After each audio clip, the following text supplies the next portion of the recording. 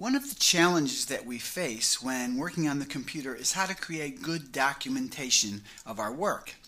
It is always helpful to include photos or especially screenshots of what you're working on. And a wonderful free program for this is Jing. And this is distributed by TechSmith, who make other software like Camtasia that is designed to capture your screen. But in this free program, you're able to take screenshots, and you're also able to make short videos as well for screencasts. So the way it works is after you load it, you'll see that you get this little quarter circle that sits up in one of the corners of your screen. There are three options that are available. The first one is capture, the second one is history, and the third one is more.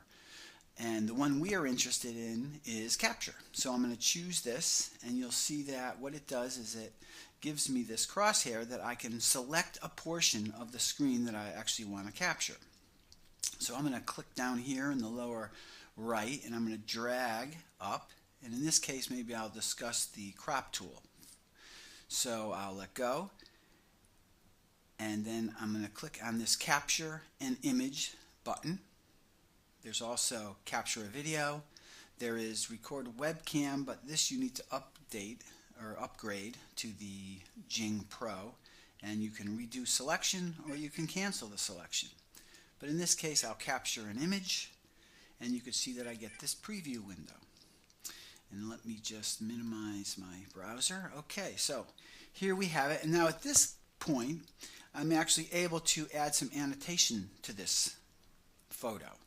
So what I can do is say I am interested in this crop tool, and I can put a box around it. And the reason I'm going to do this box around the crop tool first is that this program works as if it's layers. So this would be the first thing that I add, because my arrow will go on top of this and it builds that way.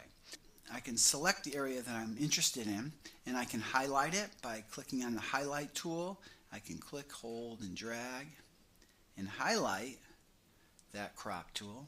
And then I can also add an arrow, and in this case maybe I'll change from the yellow to a green color.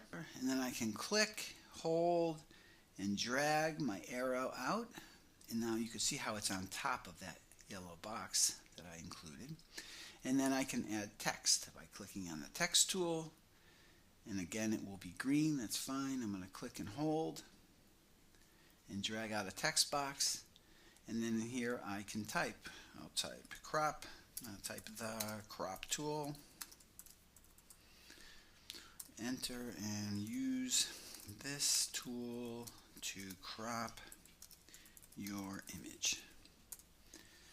Okay, and then once I'm happy with what I've done here, I can go down to the lower portion of the screen where I can share via screencast, I could save, I can copy, or I can cancel. So in this case I'm going to want to save it, so what I'm going to do is give it a name, and I'll call it Pixlr Crop Tool, and I'm going to click save, and I'm going to save it right to my desktop. I'll just click save, and you can see that there it is.